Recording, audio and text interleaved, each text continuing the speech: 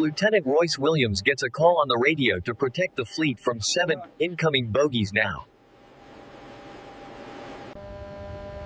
83 miles north, a Soviet base picks up the American contacts and orders Captain Belyakov to intercept. The 4 Americans burst through cloud cover at 12,000 feet when Williams gets a terminal trouble message.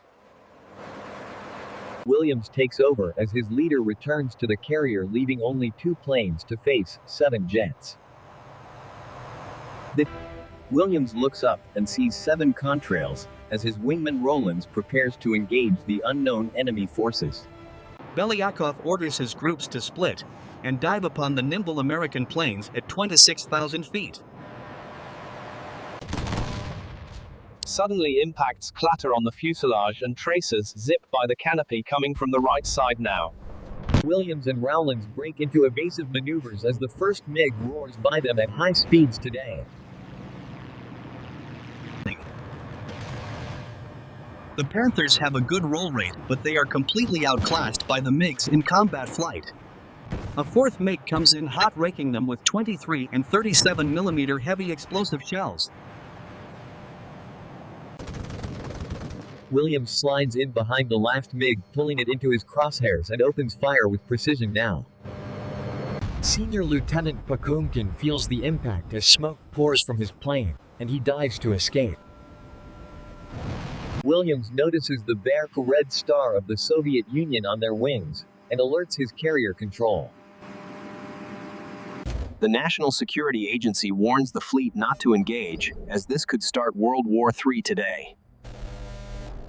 Williams responds that he is already engaged while the MiGs turn and come in for another attack run. The Soviet jets are faster, and despite the risk of wider conflict, Williams rises to meet them now. It is head-to-head as the 3 planes roar past Williams, firing all the way through fight.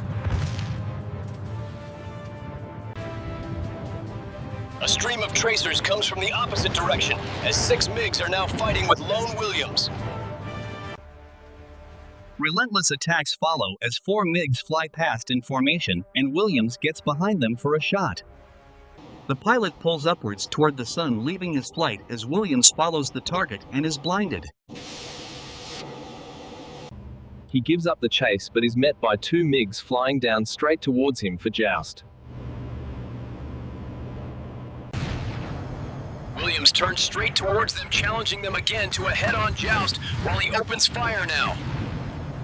Tracers pour out of both machines, crossing over each other in the air as they hold triggers down. A shell strikes the MiG's cockpit, hitting Bandyaev and killing him instantly, while the plane stops firing now. The enemy dives away, but a MiG screams in behind and lands a hit on the Panther jet. A 37mm round strikes the wing and punches clean through into the engine compartment hydraulic systems. In an instant his rudder flaps and half of his ailerons are gone, leaving the aircraft unresponsive now. The aircraft responds terrifyingly slowly as more cracks reverberate through the fuselage while he wills it to escape. He rides a wave motion to get distance from his enemy before he can reach the clouds below. His wingman appears out of the blue and opens fire at the remaining MiG, forcing a disengagement now. Williams pulls up inside the safety of the cloud, leveling off at 400 feet in altitude today. He has survived a grueling dogfight, but he cannot slow under 170 knots without losing control. He looks at the churning sea and knows ejection is no option in the freezing and cold water. Captain Shands orders to prepare for a crash landing as they push the engines to the absolute maximum. Everything feels floaty as he lowers his landing gear, affecting the Panther's aerodynamics and causing a veer now. Williams wrestles with the controls but struggles to bring it back in line while time is running out. Shands orders the ship to align with Williams, as the whole aircraft carrier starts turning at speed now. The pilot commits to final approach while his runway still turns before him, at 50 yards away today.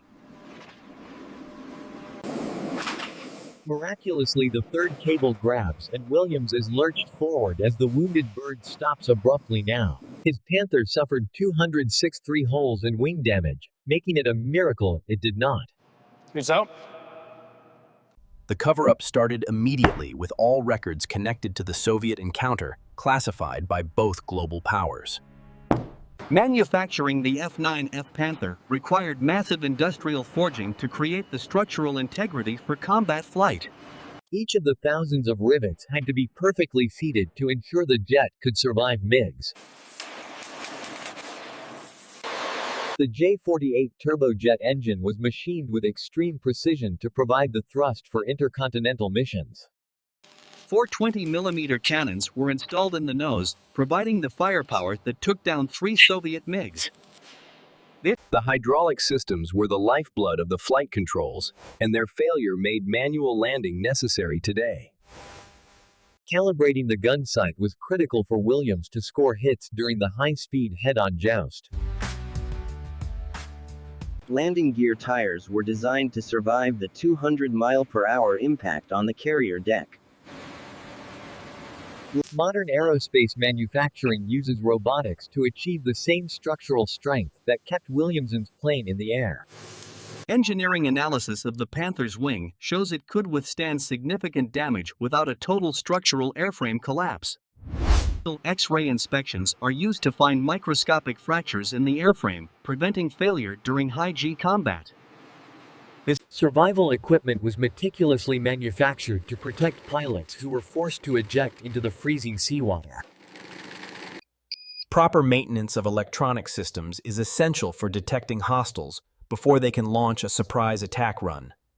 Drilling precision holes in the wings ensures that external tanks remain secure during the intense, high-speed dogfights. Testing engine components under high pressure ensures they will not explode during a 30-minute combat mission. Packaging sensitive communication gear into reinforced crates ensures it arrives at the carrier in perfect working condition. Sensors must be kept clean to provide the pilot with a clear view of the enemy markings today. High-pressure water jets provide a precise cut for the steel plates used in modern carrier deck construction. Industrial production of cooling systems supports the massive engines of the aircraft carriers that protect the fleet. Laser scanning ensures that every component meets the strict tolerances required for high-speed and intense maneuvers. Managing the massive electrical grid of an aircraft carrier requires constant monitoring to prevent any critical failure. Regular hull inspections are necessary to ensure that warships remain watertight and safe during the long missions. Monitoring signal waveforms ensures that radar systems provide clean and accurate data to the ship's command center. Moving massive components like propellers requires specialized cranes and heavy-duty crates to prevent damage during transport. Laser alignment of radar systems is critical for tracking targets with pinpoint accuracy at extreme nautical ranges. Calibrating laser designators ensures that precision-guided weapons hit their targets with the highest possible success rate. Maintaining the tension of arresting gear is essential for the safe recovery of aircraft on carrier decks. Cleaning high-precision lenses in a sterile environment prevents any dust from obscuring surveillance footage from drones. The installation of sonar domes is a delicate task that is crucial for the anti-submarine warfare. Sensors must be kept clean to ensure that the ship's radar provides a clear picture of the sea. Separating sediment from fuel ensures that ship engines run smoothly during the long missions across the ocean. Semiconductor production is a national security priority for maintaining the technological edge in modern aerial warfare today. Night operations testing ensures that the aircraft can achieve air dominance in any lighting or weather conditions. Regular software updates ensure that the aircraft remains capable of countering the latest enemy air threats today. Storing sensitive electronics in a controlled environment prevents damage from heat or moisture before their final installation.